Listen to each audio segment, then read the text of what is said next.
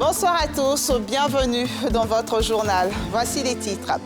Distribution de kits scolaires par la Fondation Children of Africa. La première dame, Dominique Ouattara, lance l'opération depuis Adiaké. 16 000 kits d'un montant de 105 millions de francs CFA seront distribués aux enfants défavorisés dans 40 localités.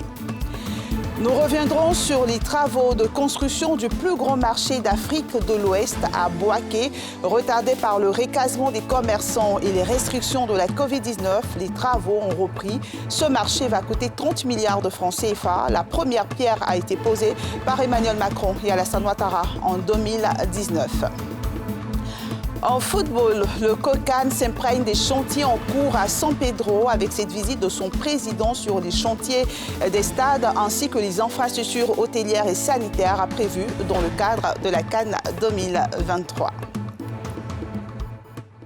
Et comme annoncé dans les titres, la première dame de Côte d'Ivoire, Dominique Ouattara, a lancé aujourd'hui la campagne de distribution des kits scolaires de sa fondation Children of Africa. L'opération a commencé à Adiaké, où 1500 kits scolaires composés entre autres de cartables et de fournitures scolaires ont été réceptionnés par les populations. Nadia Idia.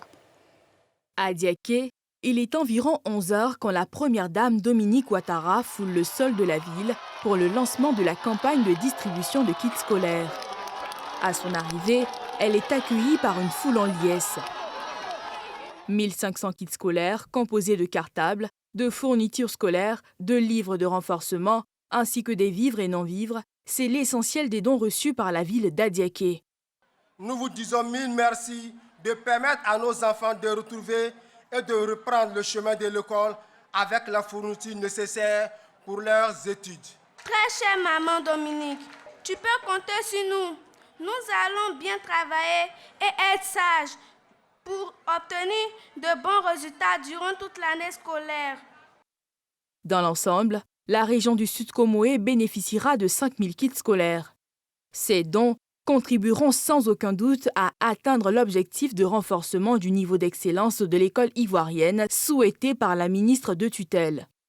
Madame la Première Dame, vous avez fait de la qualité, de l'excellence et de l'équité le fondement de vos actions dans le domaine de l'éducation. Nous devons intégrer le thème de l'année 2021-2022. Soyons tous responsables pour une école de qualité, dans les bonnes pratiques de notre vie professionnelle et au-delà de notre vie quotidienne. À travers sa fondation Children of Africa, la première dame Dominique Ouattara ne cesse d'œuvrer pour l'atteinte de cette vision. L'éducation étant un droit fondamental pour chaque enfant.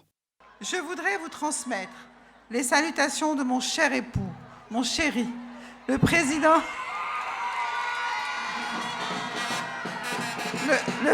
Alassane Ouattara, merci, qui souhaite une bonne rentrée scolaire à ses enfants d'Adiaké.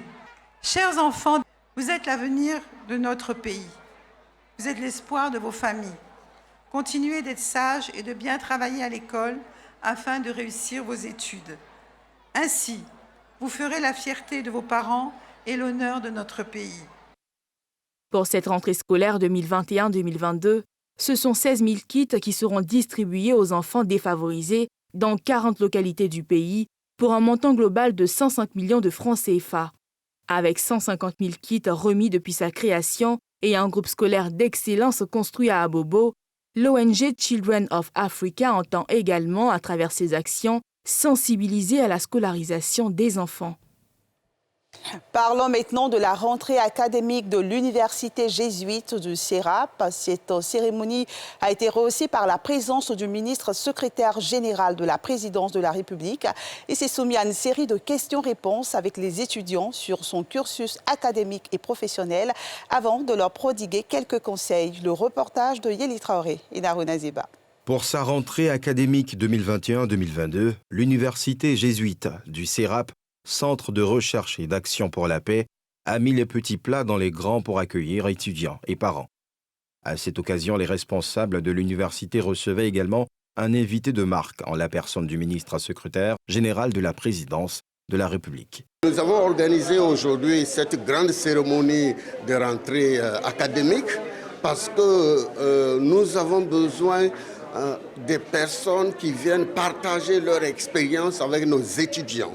Et nos étudiants ont besoin de modèles professionnels. L'invité de cette cérémonie, choisi pour son brillant parcours académique et professionnel, a engagé durant presque 1 heure d'horloge un échange direct avec les étudiants assortis de quelques conseils pratiques. Je vous invite à rêver. Sans rêve, rien n'est possible. Il faut que vous vous projetiez. La deuxième chose, c'est l'audace. Si vous n'avez pas d'audace de transformer vos rêves en réalité, ça ne restera que des rêves. Troisième chose, c'est le travail. Vous pouvez rêver, vous pouvez avoir de l'audace, mais si vous ne travaillez pas, rien n'est possible. Quatrième conseil que je peux vous donner, c'est la persévérance. On connaît tous des hauts et des bas. On connaît tous des échecs. Le plus important, c'est de savoir se relever lorsqu'on fait face à un échec. Les étudiants de l'université ont pour leur part bien apprécié cet échange avec le ministre. J'ai vraiment aimé la venue du ministre parce que ça m'a beaucoup encouragée. Puis c'est quelque chose que j'attendais vraiment depuis longtemps parce que c'est quelqu'un que je suis depuis qu'il a été nommé ministre du pétrole. Cette cérémonie de rentrée s'est conclue par une messe solennelle. Le plus grand et le plus beau marché d'Afrique de l'Ouest sera situé en Côte d'Ivoire, plus précisément à Bouaké. Vous vous en souvenez certainement, le 22 décembre 2019, les présidents français Emmanuel Macron et ivoirien Alassane Ouattara ont posé la première pierre de ce marché futuriste dont la superficie est de 9 hectares avec un coût de 30 milliards de francs CFA. Les travaux retardés par le recasement des commerçants et les restrictions de la Covid-19 ont repris de plus belle. Coup de projecteur sur ce marché en construction qui fait déjà la joie des commerçants bénéficiaires avec Thiemé Danger et Fulgence Kissidou dans ce reportage exclusif de NCI. 22 décembre 2019, les présidents ivoiriens et français donnaient le premier coup de pioche du marché central de Bouaké. Moins de 2 ans après, le chantier de ce marché futuriste, prévu pour être le plus de l'Afrique de l'Ouest sur 9 hectares couverts, avance bien.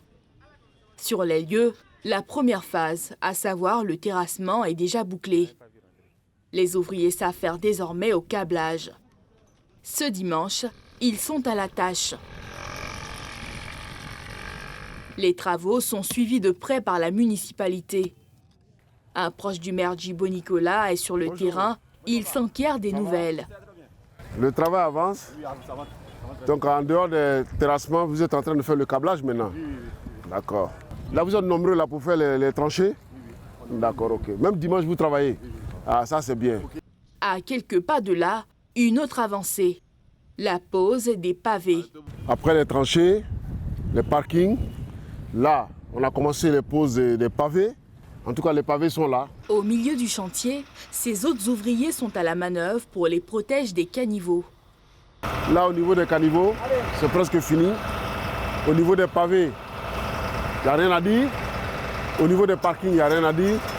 En tout cas, je pense que bientôt, le marché de Bouaké sera une réalité. Sur le flanc droit contigu au commissariat, les choses bougent également.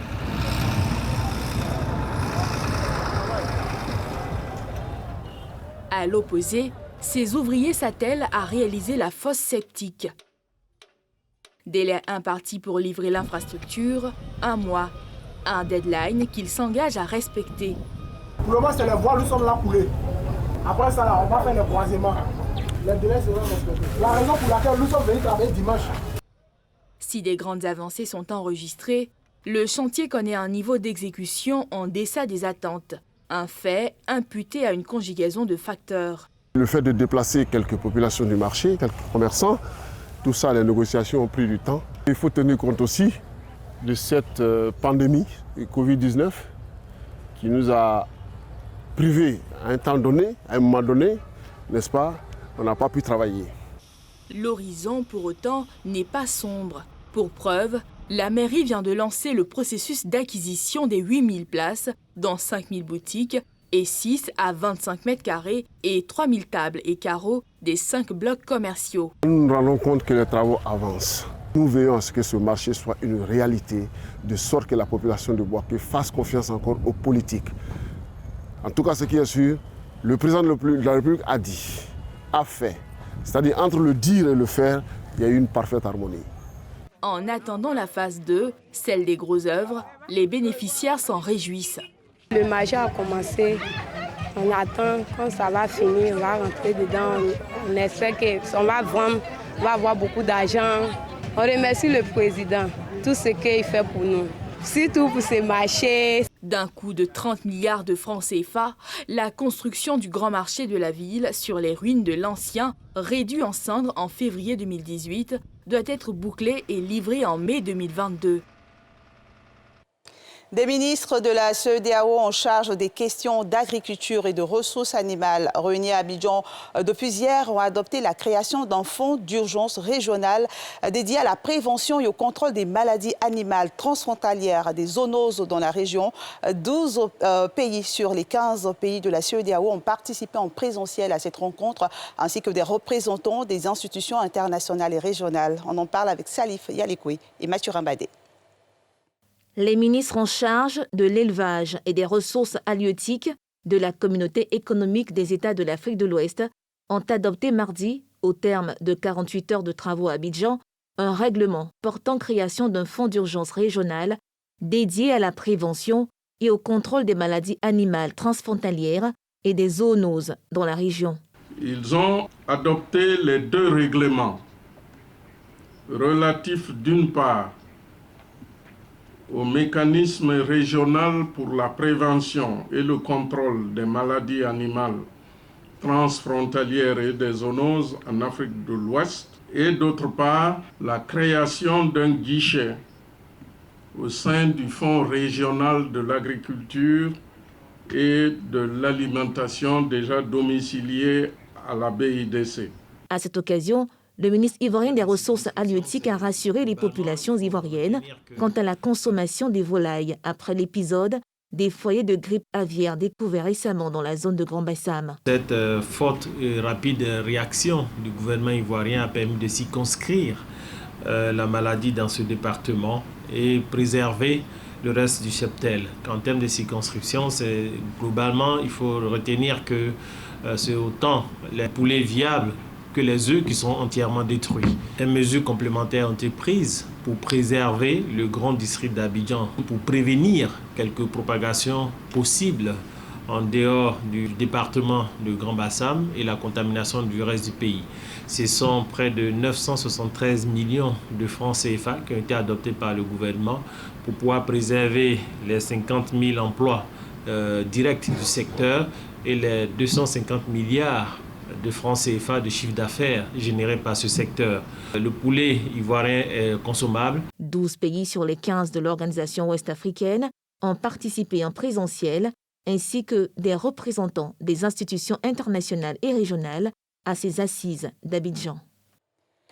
Depuis plus de 2 ans, 24 familles impactées par les travaux de construction de l'axe rond-point de la cité Cyr et du CHU d'Angré sont toujours en attente de leur indemnisation. Après 2 ans de démarches infructueuses, elles ont décidé de réagir. Ces impactés, mécontents, étaient dans la rue ce matin pour manifester leur colère. Pierre Dipomélin, Chèque Bleu. Rond-point de la cité Cyr à Cocody. La voie qui conduit au CHU d'Angré, barricadée ce matin, à l'aide de sable et pneus usés par une vingtaine de manifestants. La construction de cette voie de contournement a impacté leurs biens constitués pour certains de terrains nus et pour d'autres des bâtis. Après la destruction de leur patrimoine dans le cadre des travaux en 2019, ils sont toujours en attente de leurs indemnisations négociées avec l'AGEROUTE à hauteur de 600 millions de francs CFA. Désemparés, ils donnent de la voix. Nous avons été reçus par le directeur général adjoint de l'AGEROUTE. Nous n'avons rien reçu. Nous avons été reçus par le directeur général actuel de l'AGEROUTE. Nous n'avons rien reçu. C'est pourquoi nous sommes là aujourd'hui. Que l'État nous entende au plus haut point, qu'il nous entende, qu'il nous paye. Ils ont signé des PV d'indemnisation que nous avons acceptés avec des montants. On ne revient pas dessus. Nous demandons seulement nos indemnisations. C'est tout ce que nous attendons de l'État. Et la dernière négociation qu'on a faite, c'est le 3 le 39e mois qu'on a eu vraiment les PV des négociations. À la suite de ça, il était question de nous indemniser. Ils nous ont même dit que ça n'allait même pas durer. D'ici dans les 3 mois qui allaient suivre, ils allaient nous indemniser. On a été surpris, 15 mois après, rien n'y fit. Si rien n'a été fait dans les semaines qui viennent, on va venir récupérer nos biens. On va se donner les moyens, les moyens de récupérer les biens. S'il faut venir construire sur la route, puisque les terrains sont bien précis, bien délimités, chacun connaît son lot, on va venir reconstruire sur la voie. Voilà, c'est ce qu'on voulait dire à l'AGEROUTE. Les manifestants veulent se donner les moyens pour faire respecter leurs droits. Ils annoncent plusieurs actions d'envergure les jours à venir, dont l'occupation de la voie publique. Nos efforts pour recueillir la réaction de l'AGEROUTE sur ce dossier sont restés sans suite. La 6e édition de la Journée internationale de l'accès universel à l'information a été célébrée aujourd'hui en présence du ministre de la Communication et des Médias, porte-parole du gouvernement. Construire en mieux avec le droit d'accès à l'information, c'est le thème de cette célébration qui a été marquée en Côte d'Ivoire par des conférences sur la migration irrégulière et la remise des prix KIDP de l'accès à l'information. Plusieurs journalistes ont été primés, dont Thiemé Dangé de NCI, pour son enquête sur l'orpaillage clandestin. Le reportage de Jean-Michel Quadio et d'Aruna Zeba. Les lauréats du prix KIDP, Commission d'accès à l'information d'intérêt public et aux documents publics, sont connus depuis ce matin. Des journalistes issus des différents médias étaient en lice. 26 candidats, 19 sélectionnés, seulement 4 ont été lauréats. Le premier prix KIDP de l'accès à l'information est revenu à Touré Fousseni du journal Le Patriote, qui a aussi remporté le prix UNESCO sur la migration. Siriba Koné du journal en ligne lepointsur.com arrache la 2e place et Thiemé Dangé ferme la boucle avec le 3e prix KIDP de l'accès à l'information. Pour moi, c'est une fierté, c'est une joie, mais surtout, c'est un challenge à dire il faut encore aller de l'avant, il faut aller de l'avant. Et je crois qu'avec la grâce de Dieu, nous allons de l'avant. En tout cas, nous dédions ce prix au Premier ministre Ahmed Bakayoko, qui nous a formés, qui nous a rendus utiles à la société. C'est un grand plaisir pour moi parce que cette année, on avait 4 de nos membres qui étaient déjà qui ont été primés. Donc c'est déjà une avancée. Pour nous, c'est une avancée. Quand on a eu l'insigne honneur de recevoir le super prix Ebony des mains de la première dame, son Excellence Dominique Ouattara, cela invite au travail pour rester dans l'élite. Ce prix vient nous montrer que nous sommes sur la bonne voie et que nous devons continuer ainsi pour rester dans l'élite journalistique dans notre pays. Le prix d'encouragement Kébé Yacouba est revenu à Martha Kissi de la Radio Côte d'Ivoire. Accès à l'information et migration, c'est le thème choisi pour la célébration de la Journée internationale de l'accès universel à l'information.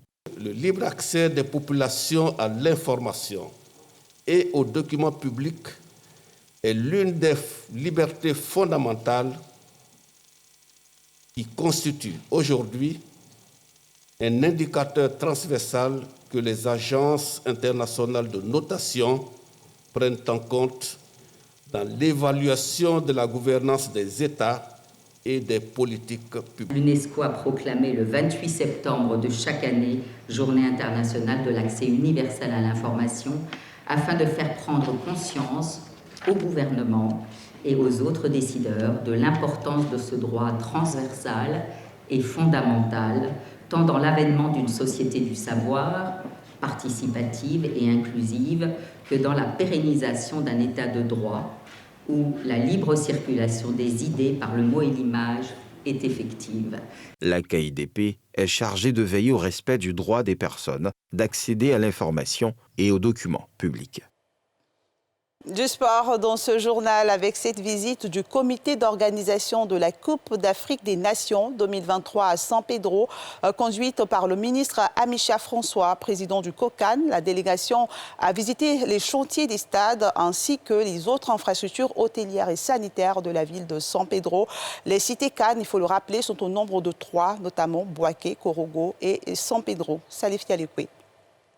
Après Korogo, Bouaké et Yamoussoukro, le président du comité d'organisation de la Coupe d'Afrique des Nations COCAN, Albert François Amichia, a déposé ses valises à San Pedro, dans le sud-ouest ivoirien. Les chantiers des terrains d'entraînement, du centre hospitalier, des hôtels entre autres, ont été visités par l'ex-ministre des Sports et ses collaborateurs. Pour lui, les infrastructures seront prêtes dans les délais pour la grande fête du football africain. Au niveau des stades d'entraînement, Il y en a qui sont sortis de terre, donc ils nous permettent de voir ce qui sera réalisé dans quelques mois. Il y en a qui ne sont pas encore sortis, mais comme c'est le même schéma, nous espérons qu'il en soit de même. Concernant le stade principal, le stade de San Pedro, il est à 62% de réalisation. Je crois que c'est un bon taux. Ce qu'il ne faut pas oublier, c'est que nous sommes en 2021. La compétition a lieu en 2023. Les entreprises et les superviseurs que sont le BNET et l'ONS nous certifient qu'au cours du premier trimestre de l'année 2022, nous aurons les installations prêtes. Ce qui nous laissera le temps de faire les tests et de faire les ajustements nécessaires. Donc je crois qu'il ne faut pas se fier à tous ces éléments de chantier que nous voyons pour juger. Nous sommes dans une bonne évolution. Le stade de San Pedro aura les mêmes caractéristiques que ceux de Korogo et de Yamoussoukro, avec une pelouse en gazon naturel et 4 parkings. Il sera bâti sur 23,33 hectares au quartier Poro. Toutes les tribunes sont couvertes. Sa capacité d'accueil est de 20 000 places assises. Et c'est sur un site Note Sportive que prend fin ce journal. Merci de l'avoir suivi. Je vous donne rendez-vous demain pour un autre JT. D'ici là, prenez soin de vous.